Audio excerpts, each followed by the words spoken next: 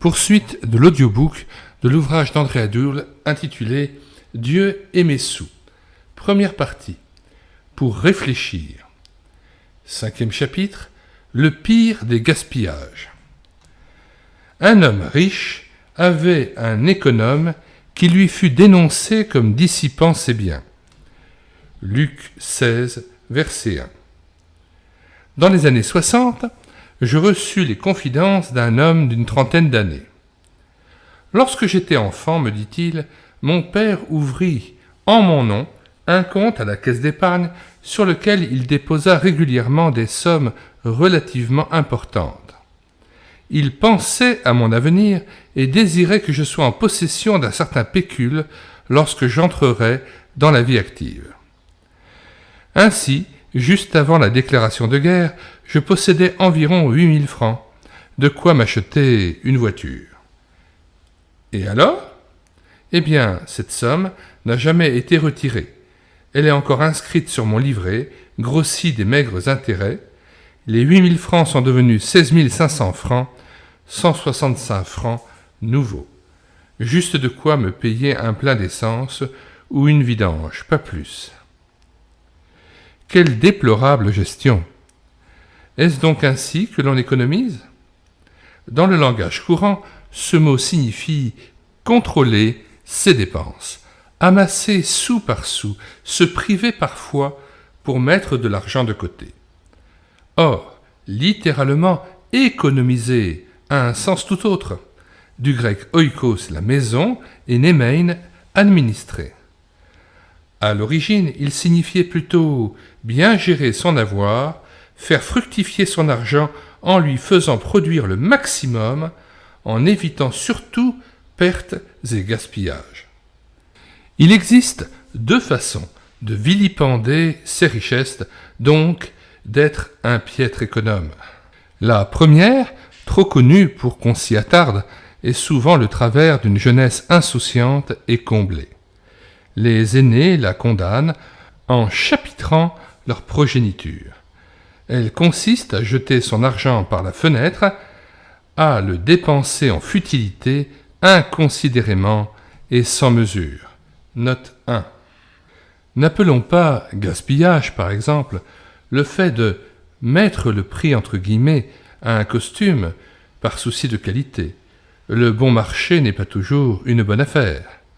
Ou de payer trop cher par ignorance un produit qu'on aurait pu obtenir à meilleur compte, ou de s'offrir une fois dans la vie un voyage en terre lointaine, ou encore de viser à un certain confort qui rend la tâche plus agréable et plus facile. Dieu ne nous impose pas une existence d'ascète. Un ascète est une personne qui s'impose par piété des exercices de pénitence, des privations, des mortifications, ce qu'on appelle une ascèse, ou une personne qui mène une vie austère. Dieu ne nous impose pas une existence d'ascète, on peut si aisément se complaire dans ses austérités. Le Seigneur n'a-t-il pas fait les bonnes choses pour que nous en usions, modérément sans doute, et avec bonne conscience ? Fin de la lecture de la note 1 et retour au texte. Fréquenter les hôtels les plus luxueux, changer ses meubles inutilement, se mettre au volant des voitures les plus chères est certainement répréhensible. Derrière ces folles dépenses se cache le désir de paraître, la convoitise ou l'ambition. C'est pourquoi il importe que Dieu, le propriétaire de tous nos biens, contrôle nos achats. Sans doute, le crible divin, si nous y consentons, arrêtera-t-il bon nombre de frais et nous serons en définitive les premiers gagnants. En réalité, les vrais gaspilleurs, de loin les plus nombreux parmi les adultes, sont rarement reconnus et dénoncés comme tels. Ce sont justement les personnes réputées économes entre guillemets. Paradoxalement, le pire des gaspillages est de thésauriser sans but précis les biens reçus de Dieu.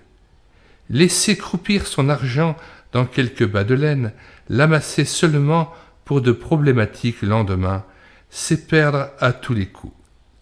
Sans revenir sur le récit qui ouvre ce chapitre, songez à la récolte perdue lorsque le blé reste dans les sacs au lieu d'être jeté en terre. Pensez à ces femmes d'autrefois, dites économes, qui rangeaient amoureusement la robe neuve saupoudrée de naphtaline, conservée pour de très rares occasions.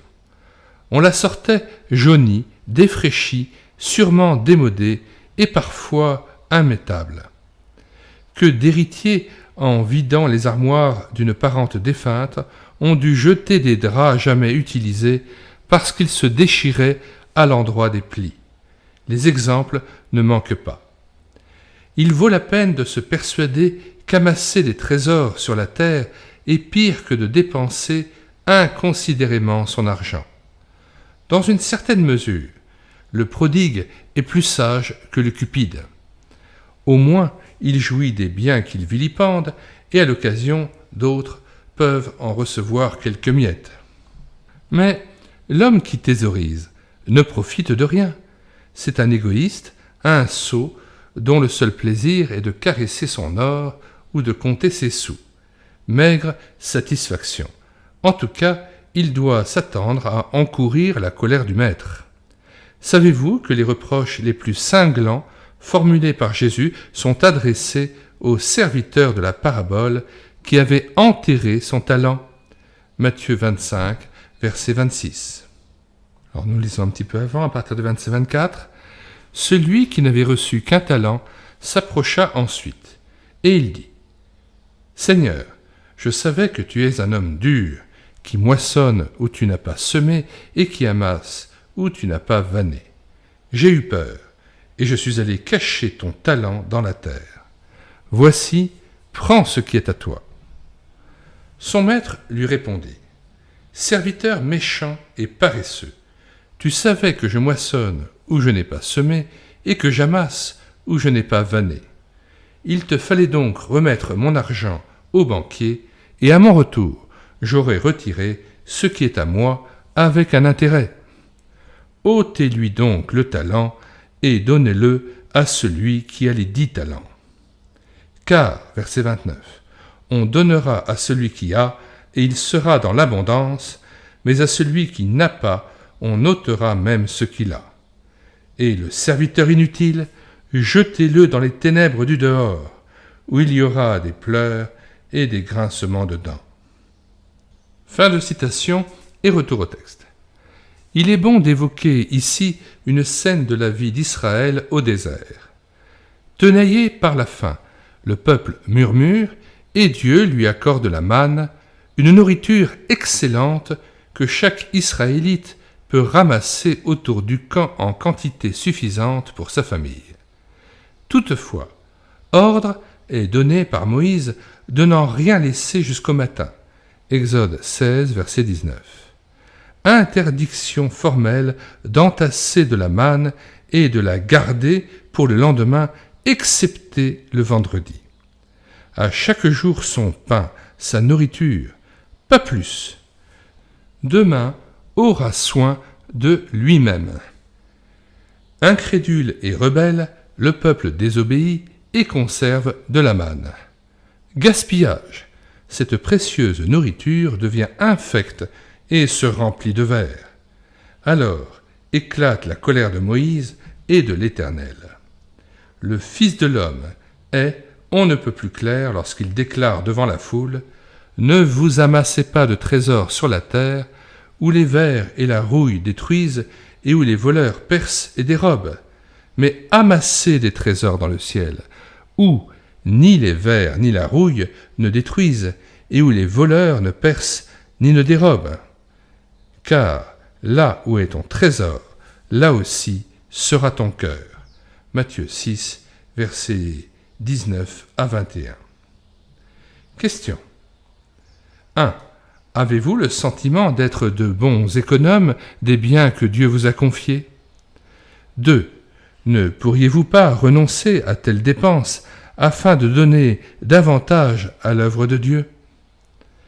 3. Possédez-vous un compte en banque bien garni qui dort entre guillemets sans destination précise? Ne craignez-vous pas de le gaspiller en le laissant plus longtemps inemployé?